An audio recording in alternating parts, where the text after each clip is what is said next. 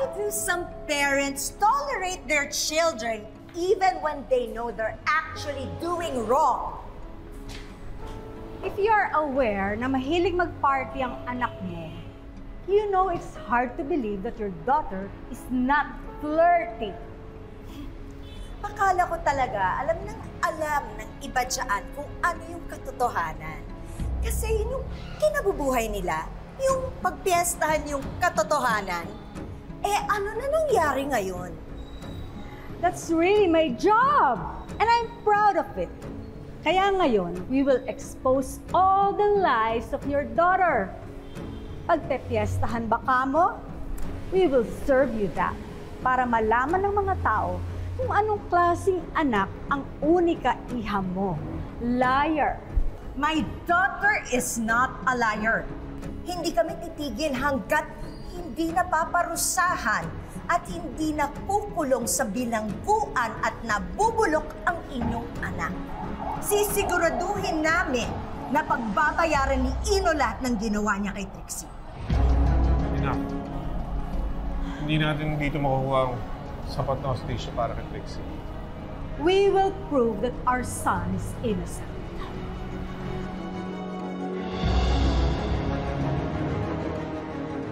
Attorney Lilet, nasubmit mo na ba yung counter affidavit natin?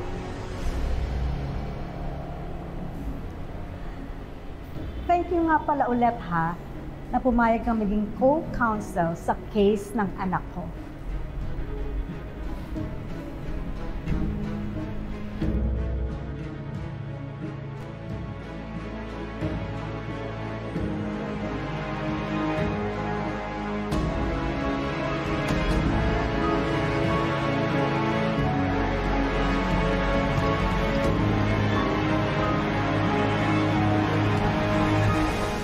The media can't stop discussing about your participation in the trial.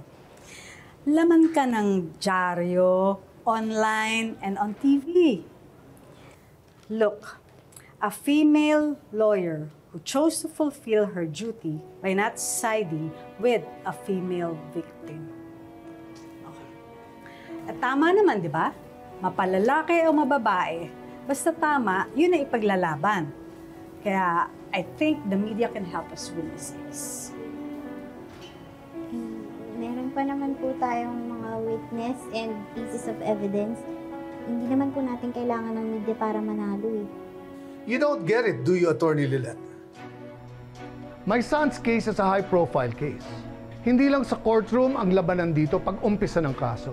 May puwang sa kasong ito ang Court of Public Opinion. Kaya't kailangan paghanda natin lahat. And to top it all, you will become the face of Ino's defense. Sa lahat ng mga interviews ng media outlets, ikaw ang sasagot.